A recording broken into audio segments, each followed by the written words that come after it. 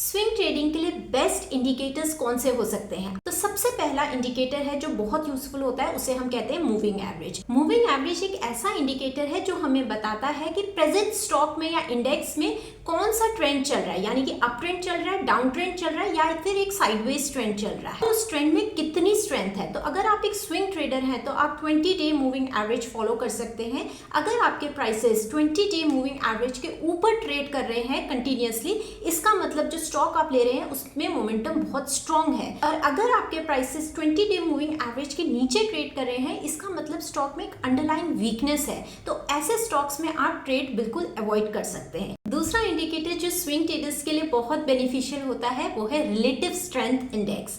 Relative strength index एक ऐसा indicator है जो हमें ओवरबॉट और ओवरसोल्ड जोन्स के बारे में बताता है। तो अगर कोई स्टॉक है जिसे आप फॉलो करते हैं, उसकी आरएसआई की रीडिंग 70 से ऊपर है, इसका मतलब स्टॉक अभी ओवरबॉट है और ऐसे स्टॉक्स में आप अपनी पोजीशन नहीं बनाएंगे ऑन बाय साइड।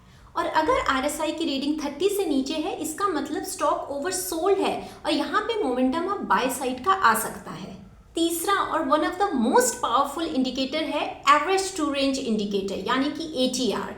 अब जैसा कि हम लोग जानते हैं कि स्टॉक मार्केट में हर चीज साइकिल्स में चलती है, तो ये पर्टिकुलर इंडिकेटर हमें बताता है कि किस स्टॉक में वोलेटिलिटी बढ़ रही है और किस में घट रही है। तो हमारा एम होता है एज अ स्विंग ट्रेडर उन स्टॉक्स को चूज करना जिनमें वोलेटिलिटी बढ़ती है, ताकि हमें प्रॉफिट जल्दी मिले। तो अगर किसी स्टॉक का एटीआर बढ़ रहा है, जैसे कि मान लीजिए वो आज 2 था और कल 5 हो गया, इसका मतलब एक दिन में स्टॉक पहले 2 पॉइंट्स मूव कर रहा था, पर अब जो उसकी डेली की मूवमेंट है वो 5 हो गई है। अगर ये एटीआर की रीडिंग इसी तरीके से बढ़ती हुई आपको दिखाई दे रही है, तो आप उस स्टॉक में बाय साइड में पोजीशन हो सकते हैं। और उसी तरीके से अगर किसी स्टॉक में आपको एटीआर की वैल्यू घटती हुई दिखाई दे रही है, इसका मतलब स्टॉक में पहले वोलेटिलिटी अच्छी थी, स्टॉक ऊपर या नीचे की साइड बहुत तेजी से मूव कर रहा था, लेकिन अब वो धीरे धीरे उसकी वोलेटिलिटी कम हो रही है, जिसका मतलब है आपका प्रॉफिट भी धीरे धीरे आएगा। क्या आप ट्रेडिंग में इन 3 इंडिकेटर्स को फॉलो कर रहे हैं? कमेंट सेक्शन में अपने इनपुट जरूर दीजिएगा